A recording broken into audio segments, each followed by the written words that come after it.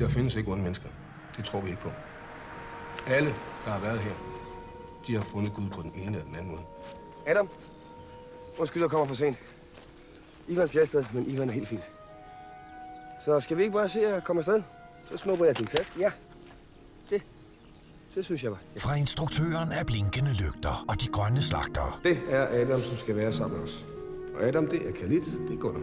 En ny film af Anders Thomas Jensen. Det er vores æbletræ, og det er vi rigtig stolte af. Ja.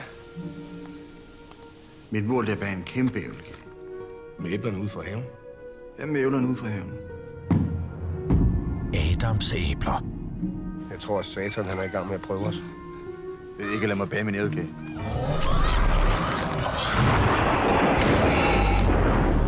Hvad nu, hvis det er Gud, der er efter dig, og ikke djævlen? Du har ikke Gud på din side, Ivan. Jo, jeg har. Adams æbler. Hugger du mine ting? Undskyld, jeg troede, du sov. Han er lige til at lukke op og skide i. Har du fået kaffe? Det er ikke noget med den der pæretære, der gør, hvad? Det er en æblekage, okay? Det har du bare ikke. Du har ikke et 7 ævler. Ja, det er måske lidt for sent at tænke på nu, ikke? Han skød min kat. Nej, det var en gammel kat. Den var midt af dage, og så falder det tilfældigvis sammen med, at vi står og skyder en lille smule. I må altså snakke med Ivan. I skal sgu have noget hjælp.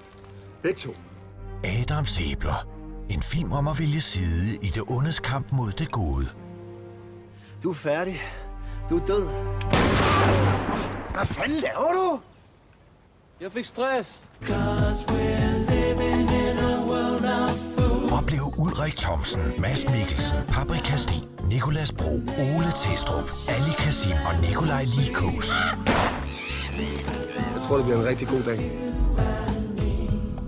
Adams æbler. Snart i biograferne.